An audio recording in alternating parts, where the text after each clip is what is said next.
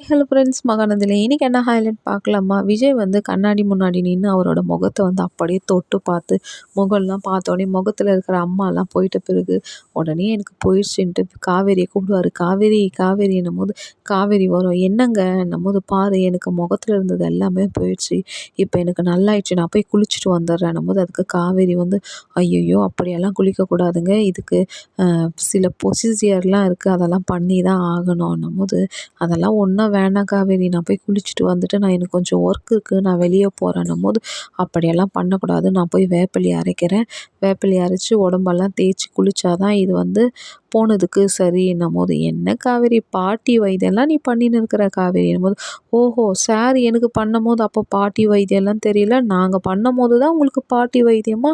நீங்க பண்ணா ஒரு நியாயம், நான் பண்ணா ஒரு அடாவடியான்ட்டு காவேரியும் விஜய்க்கும் வந்து காலையிலேயே ஒரு குட்டி சண்டை நடக்குதுங்க. உடனே விஜய் சொல்லுவாரு, "அம்மா போம்மா தாயே! உனக்கு என்ன வேணுமோ நீங்க அத போய் பண்ணுங்க. நான் அமைதியா இருக்கிறேன்ட்டு" விஜய்